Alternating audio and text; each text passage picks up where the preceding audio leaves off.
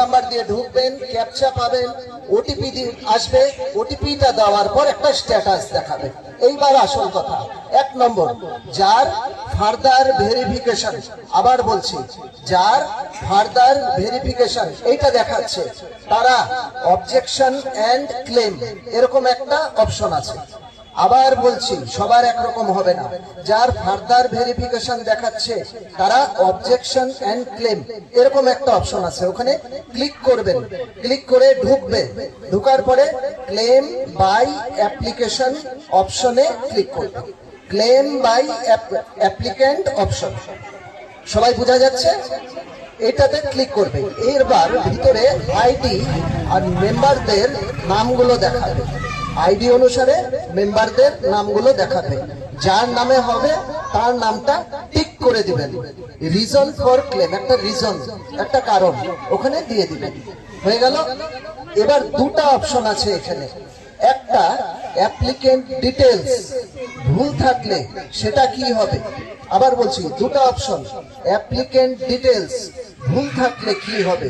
ওখানে 200টা অক্ষর, অনেক বড় রচনা লেখা যাবে না, 200টা অক্ষরের মধ্যে ছোট্ট করে লিখতে হবে আপনাকে ডিটেলসটা যা লেখা। আর দ্বিতীয়ত, wrongly marked as ineligible, rejected এরকম থাকলে, রংলি মার্কড অ্যাজ ইনএলিজিবল আর রিজেক্টেড এরকম থাকলে এখানে কোনো ভুল টিক হলে সেটা সম্পর্কে জানাবেন। যদি কোনো ভুল টিক দিয়ে ফেলেন সেটা সম্বন্ধে জানাবেন। এটাও বড় রচনার মতন না, 200 লেটারের মধ্যে, 200টা অক্ষরের মধ্যে। এরপরে আপনার প্রমাণ হিসাবে 50 থেকে 200 কিলোবাইট, এটা আপনারা জানেন, প্রত্যেকটা মোবাইলে ছবি তুললে ওটার একটা কিলোবাইট হয়, সাইজ হয়, সাইজ কত বড় ফটো কত ছোট ফটো, ওটা 50 থেকে 200 কিলোবাইটের মধ্যে ছবিটা আপলোড করে দিতে হবে। ওখানে অপশন আছে ছবি দেওয়ার, ওই ছবিটা ওখানে দিয়ে দিবেন।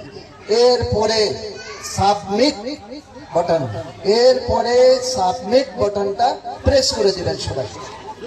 যার আন্ডার প্রসেস দেখাচ্ছে, যার আন্ডার প্রসেস দেখাচ্ছে তাদের দয়া করে সকলকে শোনার সহযোগিতা করে দেন। যার আন্ডার প্রসেস দেখাচ্ছে তাদের আবেদনপত্রটি পেমেন্ট প্রসেসে আছে, তাদের কোনো কিছু করার প্রয়োজন নেই।